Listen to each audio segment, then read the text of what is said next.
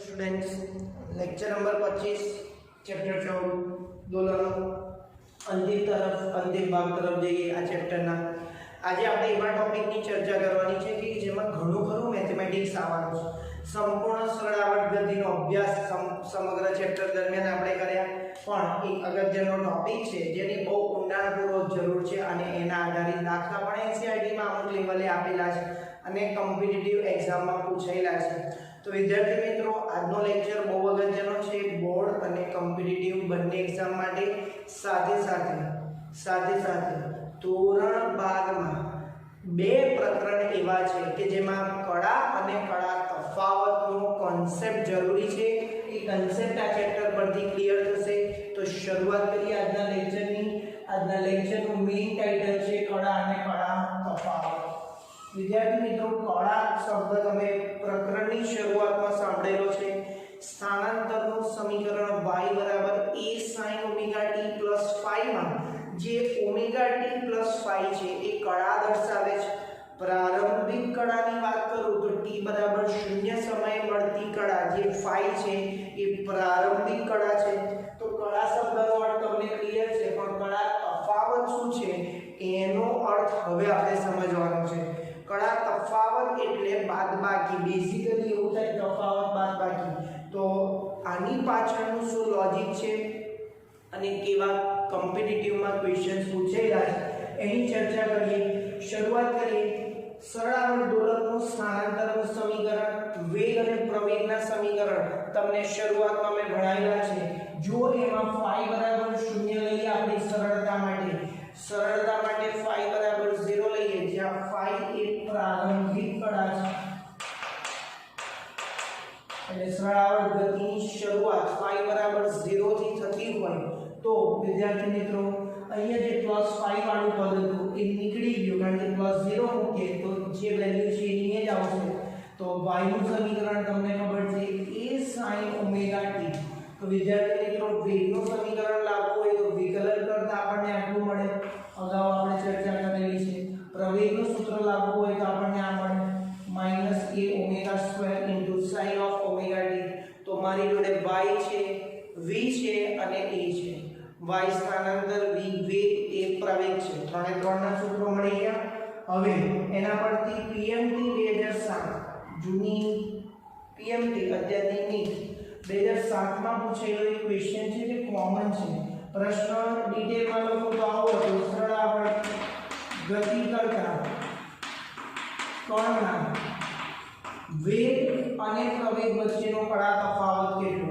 એ સમજવા માટે મેં આ ત્રણ સૂત્રો રિકોલ કરાયા છે તમને આ વસ્તુ સમજવા માટે ચલો કળા તફાવત ખાલી જગ્યા બરાબર અહીંયા પણ ખાલી જગ્યા કોનો પૂછ્યો વેગ પ્રવેગ ચલો વેગ અને પ્રવેગના સૂત્રો આપણે જોઈએ હવે બેઝિકલી જ્યારે તમને કળા તફાવત પૂછે ને તો તમારે કળા પર જવાનું બીજા કોઈ શબ્દોને બીજા કોઈ સૂત્રોને જોવાના નથી ચલો વેગમાં કળા દર્શાવતું પદ કયું છે ઓમેગા t અને પ્રવેગમાં એટલે cos ઓમેગા t અને પ્રવેગમાં કયું છે sin ઓમેગા t વાલા વિદ્યાર્થી મિત્રો જો તમે sin અને cos નું ટેબલ હું તમને ડાયરેક્ટ એક મેથડ બી બતાવું અને બેઝિક મેથડ પણ બતાવીશ sin થીટા અને cos થીટા વચ્ચેનો કળા તફાવત ઓલવેઝ 90 ડિગ્રી હોય ઓકે હમણાં છેલ્લે આપણે એક નોંધ પણ લખીશું પણ અહીંયા ખૂણો જો જુદો હોય તો પછી કઈ મેથડ કરવી તો તમને બેઝિક મેથડ પણ બતાવીશ sin અને cos વચ્ચેનો કળા તફાવત શા માટે 90 ડિગ્રી હોય તો તમને ખબર છે sin 0 એ 0 છે અને cos 0 એ 1 છે જ્યારે sin 90 એ 1 છે અને cos 90 એ 0 છે એટલે 0 થી 90 ના સમયગાળામાં એ કેવા થાય છે ફ્લિપ થાય છે ઓકે બેઝિક મેથડ જોઈએ પ્રવેગ અને વેગ વચ્ચેનો કળા તફાવત બેઝિકલી ડાયરેક્ટ યાદ હોય તો જવાબ આવી ગયો કયો આવે π/2 રેડિયન ફિનિશ કેટલા માર્ક્સમાં પૂછેલો 4 માર્ક્સ અથવા 90 ડિગ્રી પણ કેવી રીતે મળે છે જોઈએ ચલો વેગનું સૂત્ર આપણને ખબર છે પ્રવેગનું સૂત્ર ખબર છે એ બંનેનો કળા તફાવત એટલે હું લખીશ પહેલા વેગ v બરાબર a omega cos omega t પ્રવેગ એ બરાબર -omega square a sin omega t હું આ sin વાળા વિધેયને હું cos માં અથવા cos વાળા વિધેયને sin માં ફેરવી શકું તો cos થીટા નું સૂત્ર હું સાઈનમાં કન્વર્ટ કરવા માટે એક સૂત્ર વાપરીએ. એ સૂત્ર બાયોલોજીના સ્ટુડન્ટો ખાસ ધ્યાન રાખે, મેથમેટિક્સ વાળાને રમકડાની જેમ આવડશે, કારણ કે ત્રિકોણમિતિમાં એમણે એ સૂત્રનો મિનિમમ 100 કરતા પણ વધારે વખત એમણે ઉપયોગ કરેલો છે. વિદ્યાર્થી મિત્રો બાયોલોજી વાળા પ્રેક્ટિસ કરશે તો એમને પણ આવડશે. જો cos થીટા નું સૂત્ર cos theta sin 90 plus theta. કોઈ મેથ્સનો સ્ટુડન્ટ બને કે sin 90 માઈનસ થીટા પણ થાય? હા થાય, પણ અત્યારે આપણું જે આ ઓમેગા ટી વાળું પદ એ રાખવું નથી, એટલા માટે આપણે આ સમીકરણ લખીશું. ફરી એક વખત જુઓ, cos of theta is equal to sin 90 plus theta. sin 90 plus theta, sin 90 plus theta. કયું ચરણ આવશે? બીજું ચરણ. બીજામાં sin કેવો હોય? ધન. તો sin 90 plus theta નું સૂત્ર શું આવ્યું? cos theta. તો cos theta માં આપણે લખીએ sin a omega as it is, અને આવું લખાય ને, હું theta ની કિંમત omega t મૂકું તો sin pi/2 plus omega t. ચલો એવું લખીએ તો a omega sin pi/2 plus omega t લખાઈ ગઈ ને. ચલો આ પ્રવેગ આવેગ થયો અને આ પ્રવેગ છે, તો કળા તફાવત એટલે શું? તમને ખ્યાલ હોવો જોઈએ કે sin અને cosine ની જોડે જે બતાવે છે કળા છે તીક્ષ્ણે, અને એમનું બાદબાકી, એમની બાદબાકી એટલે હવે બંને sin છે તો ઈઝીલી બાદબાકી થાય. pi/2 plus omega t minus omega t, આ બંને કેન્સલ થયા, આન્સર આવ્યો pi/2 રેડિયન.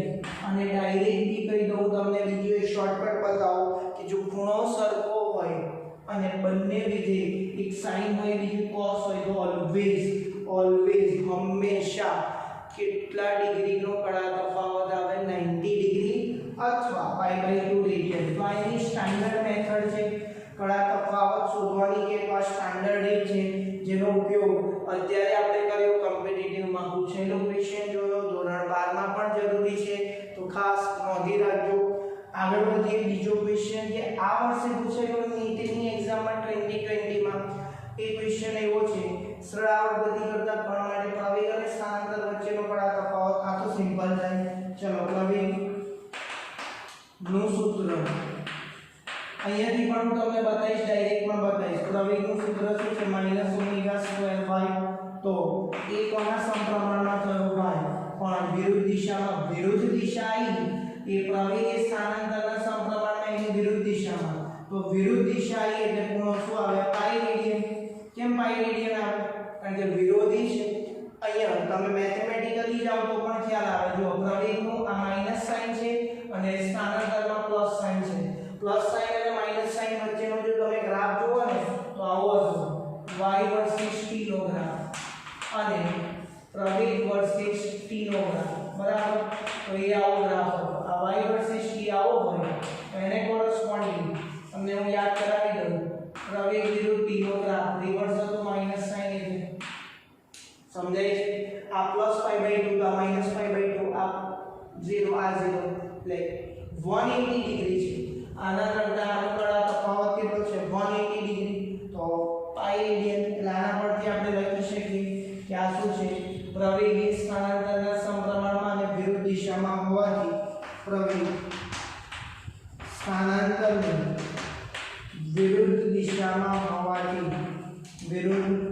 હોવાથી કળા તફાવત, એટલે શોર્ટમાં લખું છું કહો તો તમારે એવું લખવાનું નથી, કળા તફાવત બરાબર પાઈ રેડિયન.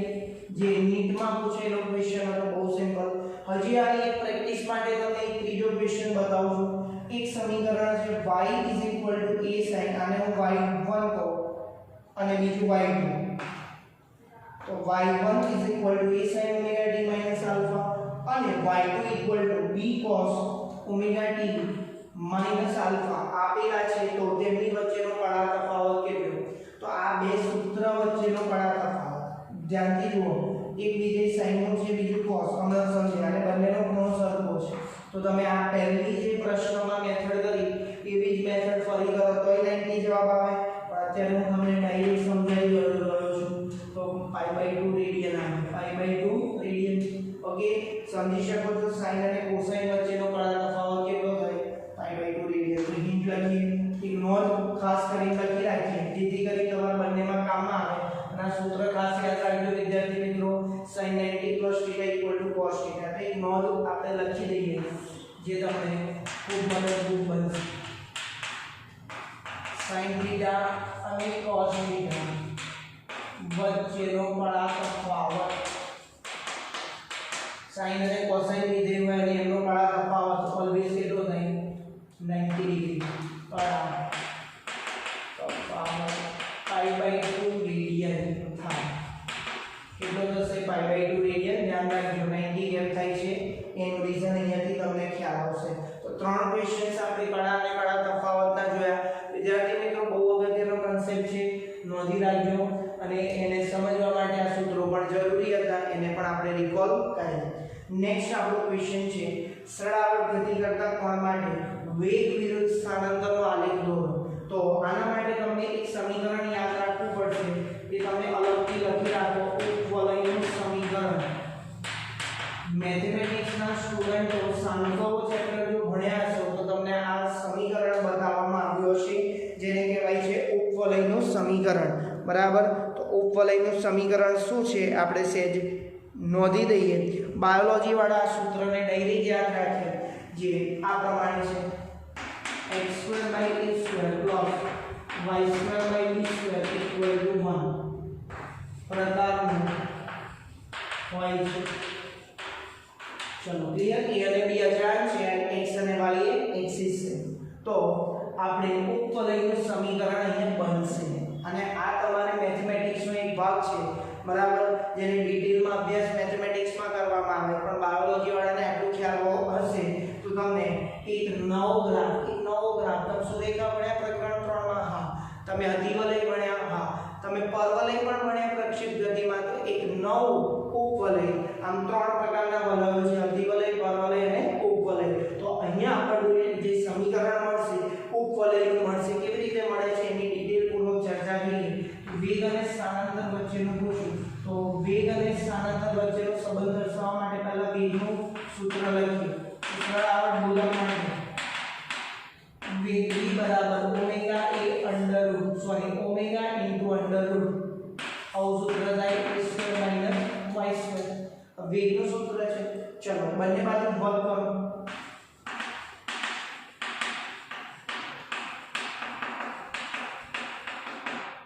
v² = ઓમેગા સ્ક્વેર કૌંસમાં a² - y² થાય. v² = omega square into bracket a² - y². ચલો ઓમેગા સ્ક્વેર ને ગુણી નાખીએ. મારે v અને y વચ્ચેનો આલેખ દોરવાનો છે. ધ્યાનથી જો અહીંયા x વિરુદ્ધ y નો આલેખ હોય તો સમીકરણ આવું છે x²/a² + y²/b² = 1 પ્રકારનું. જમણી બાજુ મારે 1 લાવવો છે તો પહેલા પહેલું સાદુરૂપ આપીએ. આ y વાળું પદને જમણી બાજુ ડાબી બાજુ લઈએ = ઓમેગા² a². હવે હું અહીંયા મારે 1 લાવવો હોય તો કોમન લોજિક શું છે, સમીકરણને ઓમેગા² a² વડે ભાગવા પડે. ઓમેગા² a² વડે ભાગતા આ સમીકરણને ઓમેગા² a² વડે ભાગીએ તો શું મળે? v² / omega a² plus omega y² / omega a² = omega a² upon omega a². Cancel થઈ ગયા. ઓમેગા² કેન્સલ થઈ ગયા. ઓકે. તો શું વધ્યું? v² / omega a² plus y² / a² = ઓમેગા² = 1. ચાલો સાદુરૂપ આપીએ આને.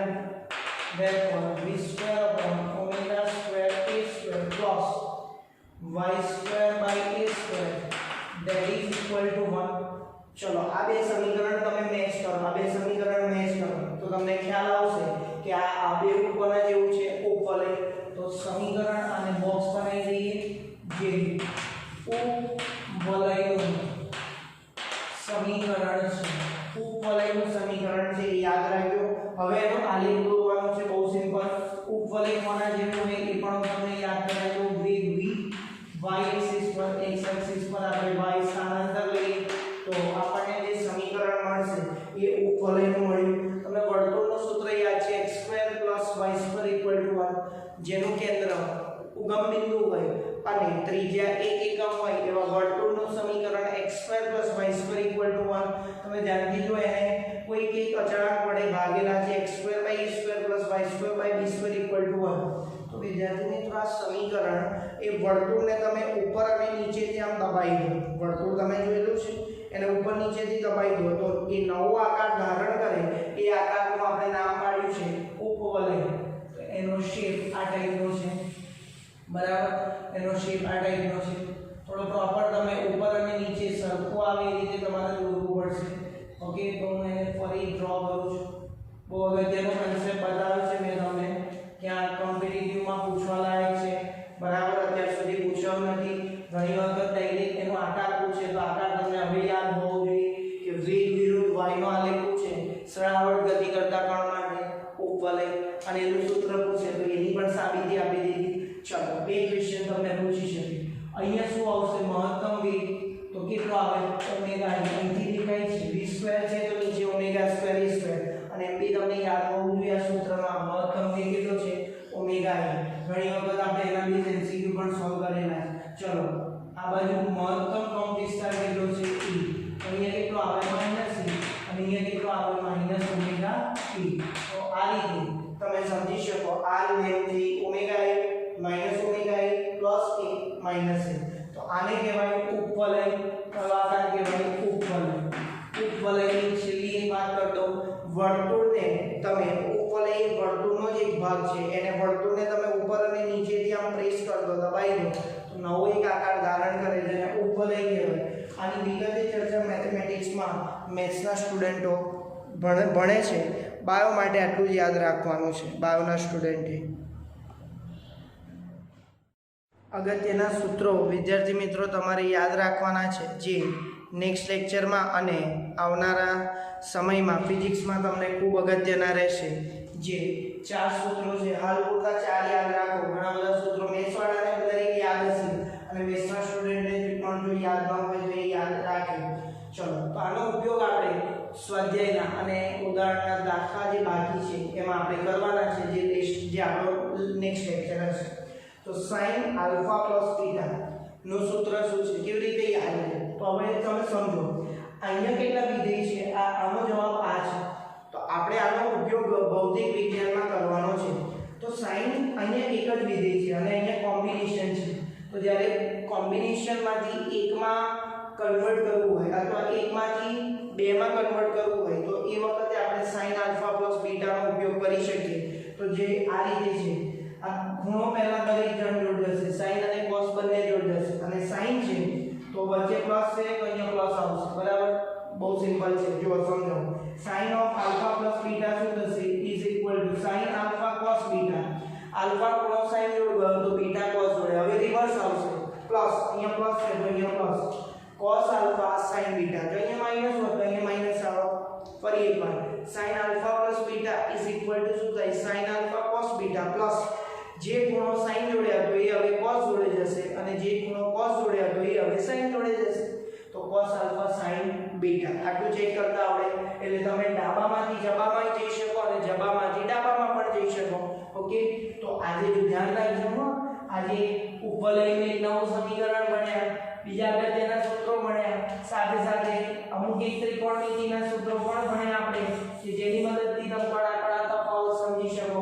ઓકે, આની પ્રેક્ટિસ કરવા માટે તમે અલગ અલગ ખૂણા લઈ શકો. અહીંયા a + b હોય તો અહીં ab આવે, અહીંયા 30 અને 40 ડિગ્રી હોય 30 અને 40, અહીંયા 45 અને 30 હોય તો અહીંયા 45 અને 30. તો અલગ અલગ દાખલાઓની પ્રેક્ટિસ કરીને આવશો તો તમને નેક્સ્ટ લેક્ચરમાં આ ઓટોમેટિક આ સૂત્ર યાદ રહી જશે. નેક્સ્ટ બીજું જોઈએ, sin of 3θ. sin of 3θ એટલે ખૂણો 3 ગણો છે, થીટા હોય તો એને મલ્ટીપ્લાય બાય 3 છે. તો એનું એક સૂત્ર છે વિદ્યાર્થી મિત્રો, 3 sin θ - 4 sin cube θ. તમે શોર્ટકટમાં 34 એવું યાદ રાખો, કારણ કે આનો સહગુણક 3 છે, આનો -4, બરાબર. અહીં વચ્ચે માઈનસ છે. 3 sin θ - 4 sin cube θ. તો આપણને આવું કોઈ વિધેય આપે ક્યુબ વાળું, તો એને આપણે સિમ્પલ ફોર્મમાં ફેરવી શકીએ. તો એ માટે આપણે આનો ઉપયોગ કરવાનો છે sin 3θ ના સૂત્રનો, 3 sin θ - 4 sin cube θ. ત્રીજું અને ચોથું સૂત્ર તો બહુ જ અગત્યના છે. ઘણી બધી ચેપ્ટરોમાં ફિઝિક્સમાં પણ આનો ભરપૂર ઉપયોગ છે. ધ્યાનથી જોજો, હું આનું સમજણ પણ આપી દઈશ. અહીંયા sin નો વર્ગ છે, sin of 2 થીટા લખો તો જવાબ જુદો કહેવાય sin નો વર્ગ અને sin 2 થીટા બંને જુદું છે તો અહીંયા sin સ્ક્વેર થીટા શું લખાય 1 cos 2 થીટા upon 2 તો પહેલું તમારે એ યાદ રાખવાનું છે કે જમણી બાજુ બંનેમાં જવાબ સરખો જ છે sin સ્ક્વેર થીટા અને cos સ્ક્વેર થીટા માત્ર અહીંયા માઈનસ પ્લસ નો તફાવત છે તો sin સ્ક્વેર હોય તો વચ્ચે માઈનસ આવે અને cos હોય તો વચ્ચે પ્લસ આવે ઓકે આટલું યાદ રહી ગયું અહીંયા sin નો સ્ક્વેર છે sin સ્ક્વેર થીટા નું સૂત્ર છે 1 cos 2 થીટા upon 2 અહીંયા ખૂણો એક જ વાર છે અહીંયા ખૂણો twice છે અહીંયા ખૂણો 1 ટાઈમ છે અહીંયા ખૂણો twice છે એટલે ધ્યાન રાખો 2 થીટામાંથી થીટામાં જવું હોય અથવા થીટામાંથી વર્ગમાંથી 2 થીટામાં જાય છે અહીંયા થીટામાંથી 2 થીટા અહીંયા પણ થીટામાંથી 2 થીટામાં જવા માટે આપણે આ સૂત્રોનો ઉપયોગ કરીશું તો ફટાફટ ચાલે આ સૂત્રો યાદ રાખવાના છે sin of alpha plus beta નો sin of 3 theta sin square theta અને cos સ્ક્વેર થીટા જે મેથેમેટિક્સ ના વિદ્યાર્થીઓને સરળતાથી આવડશે કારણ કે એમણે ઓછાના 50 થી 100 વખત એમણે ત્રિકોણમિતિમાં વાપરેલા છે અને બીજા ચેપ્ટરોમાં પણ એ ઉપયોગમાં આવશે તો બાયોલોજીના વિદ્યાર્થીઓ આવા સૂત્રોને યાદ રાખવા માટે હું તમને સરળ ટેકનિક બતાવું જે કંઈ પણ હું બોલ્યો છું એ સૂત્રની જે સ્ટ્રેટેજી છે યાદ રાખવાની અથવા તમને કોઈ ઈઝી રીતે યાદ રહેતું હોય તો એ લખી રાખજો અને આની પ્રેક્ટિસ કરજો અલગ અલગ ખૂણા મૂકીને તમે આની પ્રેક્ટિસ કરી શકો તો નેક્સ્ટ લેક્ચરમાં આવો એ પહેલા તમારે આ 4 સૂત્રોનો અભ્યાસ કરીને આવવાનું રહેશે થેન્ક યુ